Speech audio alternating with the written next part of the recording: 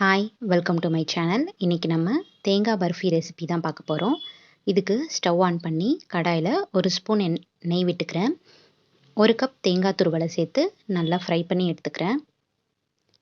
1 cup தேங்காய் துருவலுக்கு 1/2 cup சர்க்கரை சேர்க்க போகிறோம்.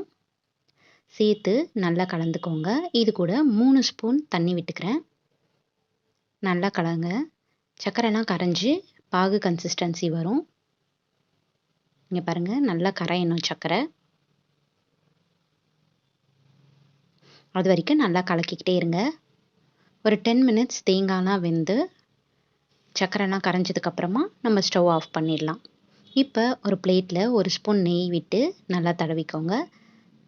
நம்ம செஞ்சு வச்சுருந்த தேங்காய் பர்ஃபியை இதில் ஆட் பண்ணிக்கோங்க. ஆட் பண்ணி லெவல் பண்ணிக்கோங்க.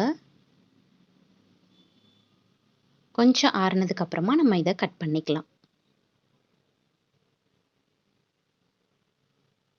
கொஞ்சம் ஆறிடுச்சு. இப்போ நம்ம இதை கட் பண்ணி எடுத்துக்கலாம். ரொம்ப ஆறிடுச்சுன்னா கட்டி ஆயிடும், கட் பண்ண கஷ்டமாக இருக்கும். இப்போ கட் பண்ணிக்கோங்க. கொஞ்சமாக ஆற விட்டு கட் பண்ணிக்கோங்க. இப்போ நல்லா ஆறிடுச்சு. அவ்வளோதான், நம்ம தேங்காய் பர்ஃபி சூப்பராக ரெடி ஆயிடுச்சு. ரொம்ப டேஸ்டி அண்ட் ஸ்வீட்டாக இருந்துச்சு. செஞ்சு பார்த்துட்டு உங்கள் ரிவ்யூஸை கமெண்ட்ஸில் சொல்லுங்கள்.